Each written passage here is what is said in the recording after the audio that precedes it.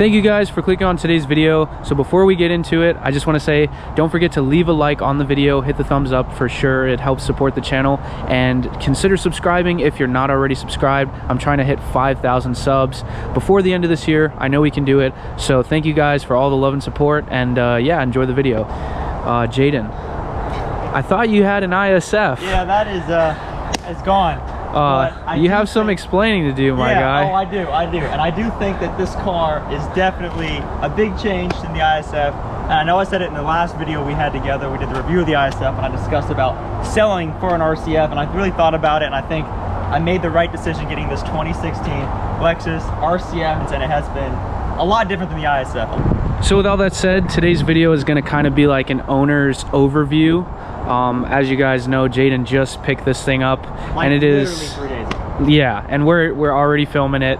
It's hard not to film this thing. It is an absolute monster of a car, and I actually appreciate this car a lot more kind of experiencing it through you. So in today's video, we're going to kind of get Jaden's opinion on the car, the differences between this RCF and his previous ISF, and just kind of get his take on it. You know, as an owner, what does he love about it? What does he kind of, you know, on the fence about? And it's all the pros and cons, you know. So yeah, so yeah, I just thought it'd be like pretty cool, instead of just sitting outside of the car and just talking about it, why don't we just go for a little bit of a drive, go for a little cruise? Yeah, and you guys can kind of experience things firsthand. It's just kind of his take on the car, and yeah, just like what I think, some, you know, my buying process, why I picked it, why I don't have the ISF anymore, just while we cruise down to a parking garage so we can get more in depth of the car and all that stuff. But awesome. Well, I guess the only thing left to do is to put it in drive and slide.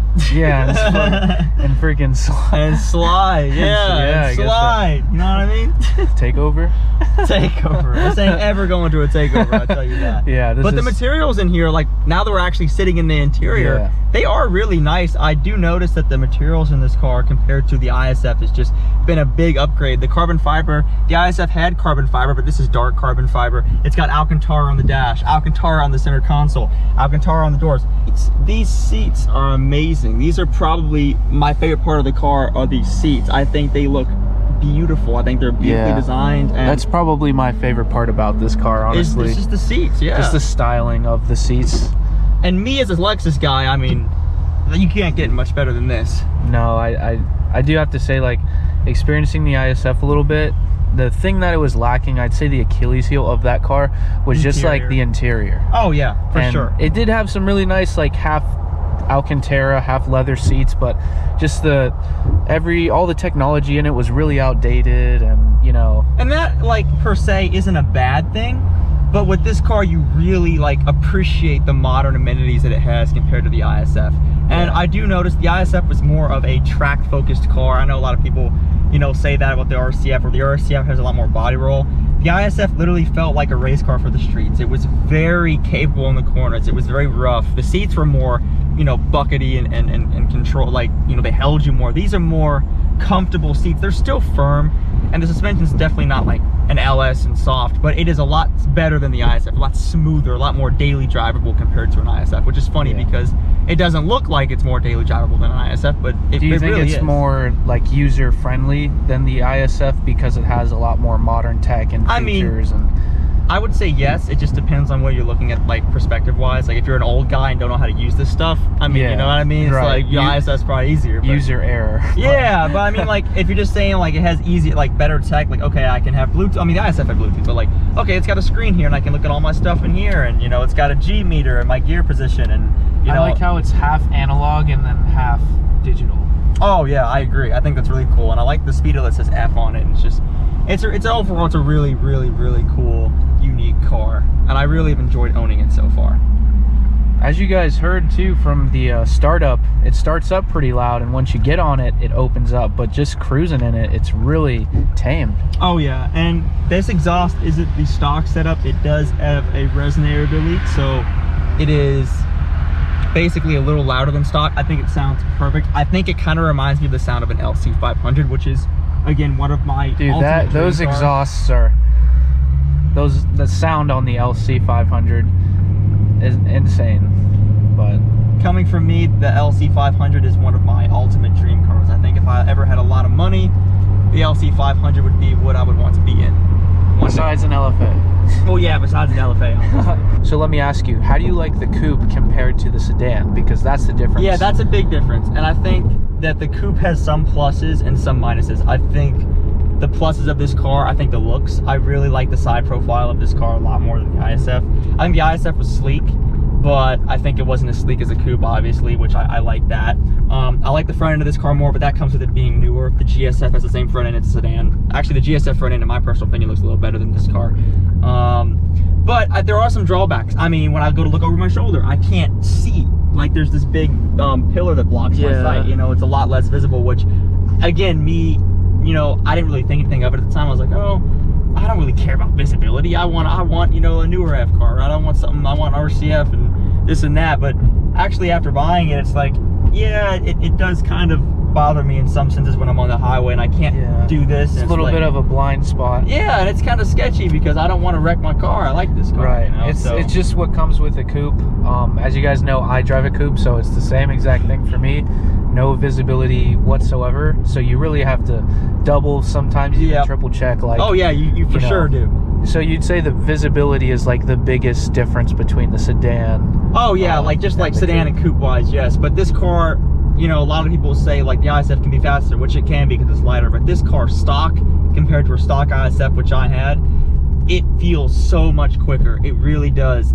The 470 horsepower it makes, you really do notice the difference. And it's like the low end power. It's like a lot of low end torque, this car. It has a lot more low end too, which is really, again, it's one of those things where you notice it, you know, you feel the difference. Because I remember when you let me drive the ISF, all of the power was really at the top. It was at like 6,000 RPM is when that secondary intake opened up. What was it, 55 or 6,000? I think it was more like 4,000 the secondary intake opened up. But yeah, it's more the RPM range had to be up there for you to go get that power versus this thing. It's really, you feel it a lot more down low. Yeah, I mean, this car still has a secondary intake like the ISF, and you still feel it up top, but you just have a lot more down low power as well, which is kind of nice. I mean, that's but it is the same exact engine, just a little bit. It's tweaked. You know, tweaked, tuned, refined. I think they refined it. They tweaked it a little bit.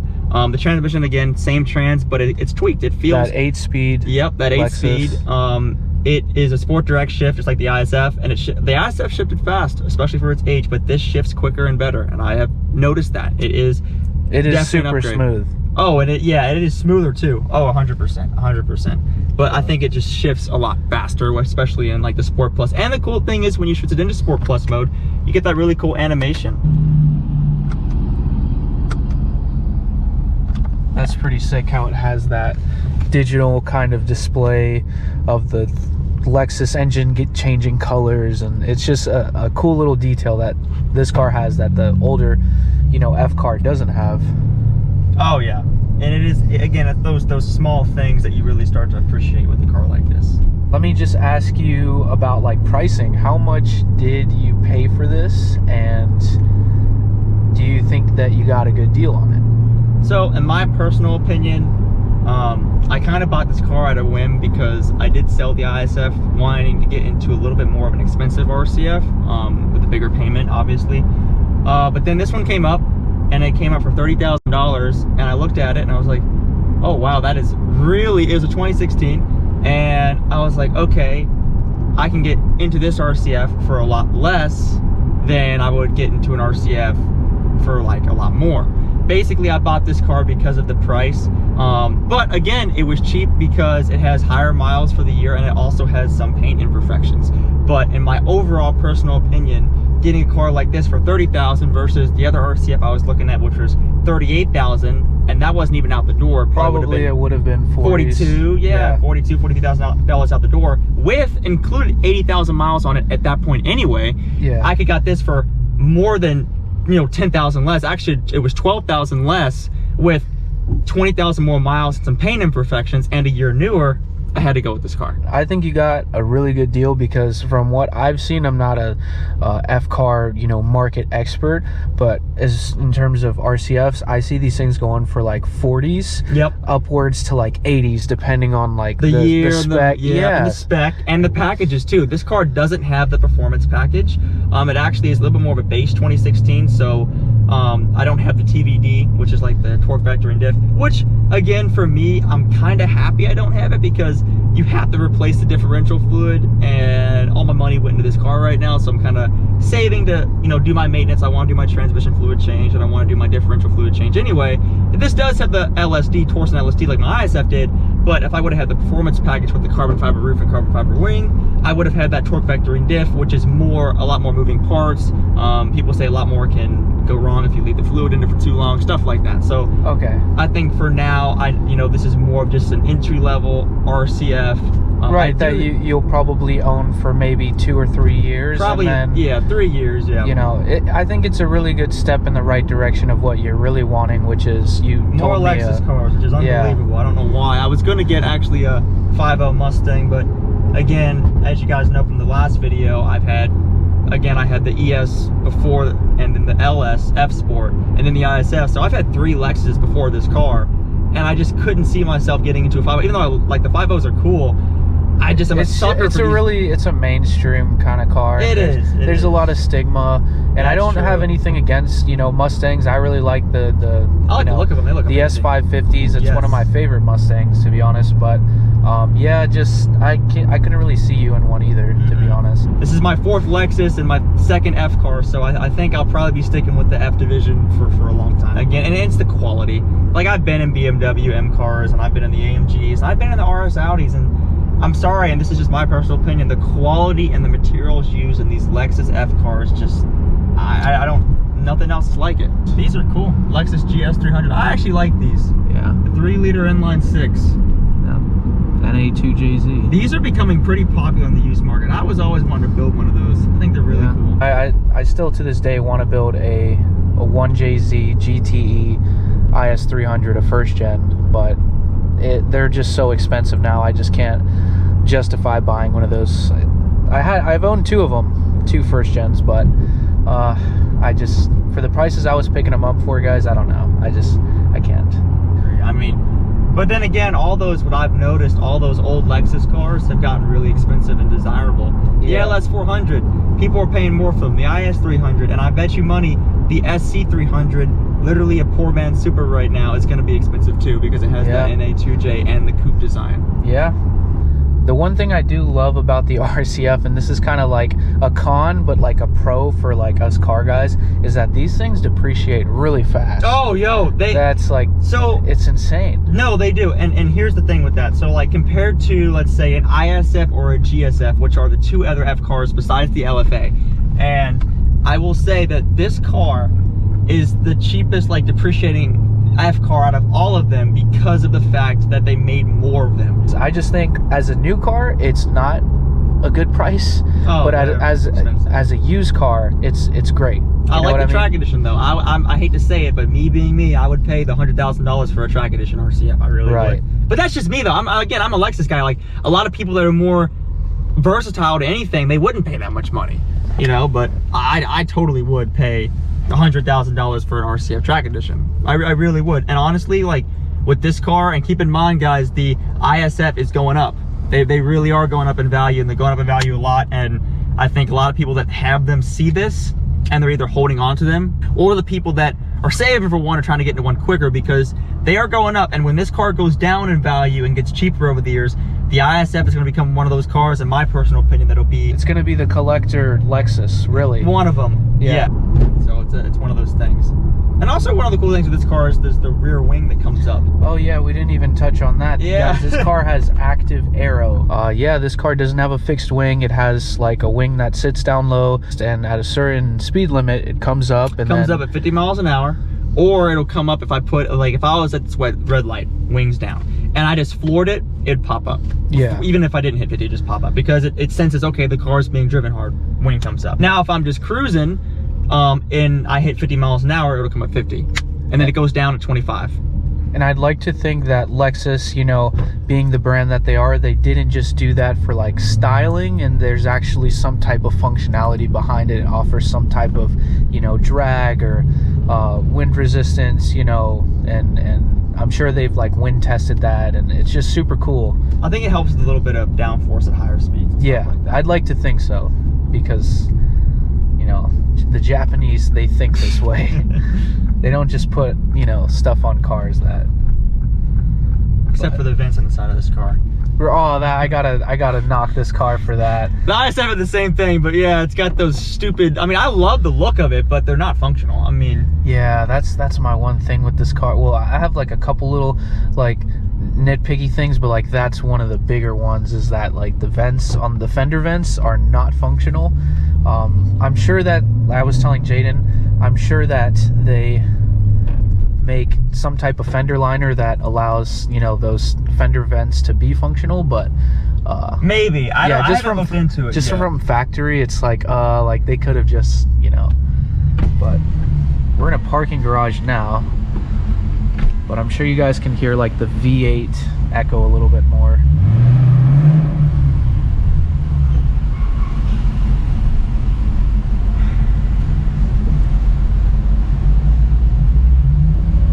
There's a nice Porsche. Ooh. I like your car.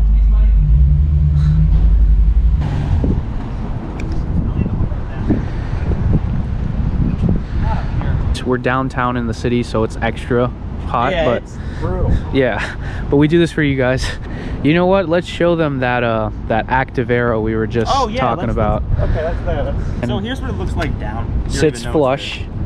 Right, and if you didn't know that it comes up, it just seems like some type of trunk, or I forgot that this car did that, and I actually told Jaden, I was like, dude, you should put some type of carbon fiber, and Jaden's like, no, dude, the wing comes up, and I was like, yo, I totally forgot. Because people put carbon fiber on these, and it looks stupid because it looks like a little ducktail, and then the wing comes up, and it looks even stupider, and I'm like, why would you put a stupid carbon fiber lip on there, and the wing lifts up? Dumbass. I gotta bleep that out. But so I'm turning the car on accessory mode right now, but this right here is the button, so that raises it. So when I click that, you'll come back here and I'll have Louis film it lift up.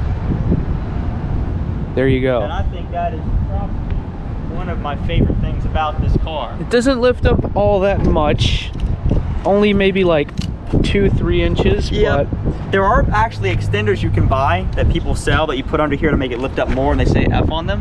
Oh, okay. But that's pretty cool. Yeah, it is, but I wouldn't do that because I think it looks tacky. Okay. I would never, you know. I'm just like, it looks cool, and Jaden's like tacky.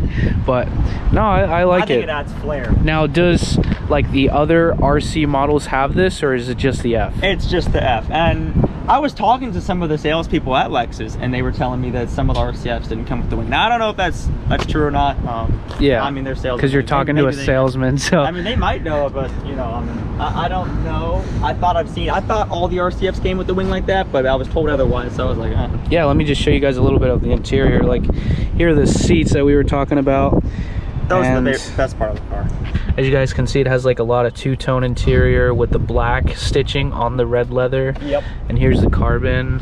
Oh, show them, pop the hood, dude. Oh yeah, we haven't even showed the engine. The what makes the RCF again. The RCF, like right. the ISF, you know, was made the ISF by the motor. Same thing with this car.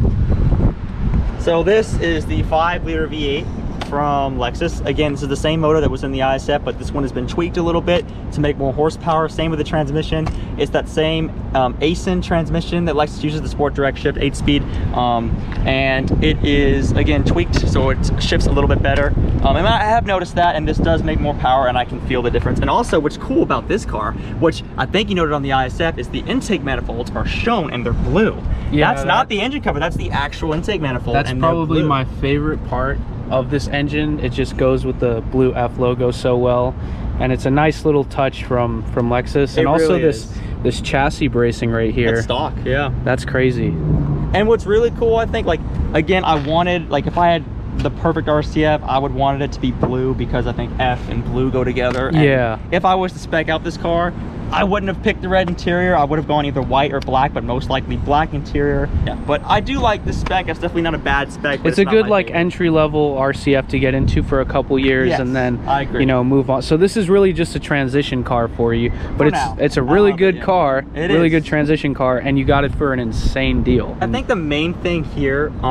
which I will note, is this car gets a lot of looks from people. Like the ISF was more, I'd go to a gas station and I'd have all the car nerds, no offense to the car nerds out there, but I had all the car nerds walk up to me and be like, is that an ISF? With this car, it's more of the NPC drivers that drive Toyota, you know, Highlanders around, and they look at this car like, what is that? You know, it's more, it gets more looks from regular people, regular traffic type of drivers. You know what I mean? Compared to the ISF, which is more like, you have to be in the know. So guys, we kind of teleported back to his house. It was super hot outside, so we just drove all the way back. But I hope you guys enjoyed the overview and kind of Jaden's take on the RCF. With all that said, be sure to leave a like on today's video if you already haven't. And if you guys haven't, please subscribe. The ratio of like people that watch the videos and don't subscribe is crazy. So I'll see you guys in the next one, and we'll definitely have more videos on this car. I don't know what Jaden wants to do, but we'll definitely feature the car more on the channel. So I'll see you guys in the next one.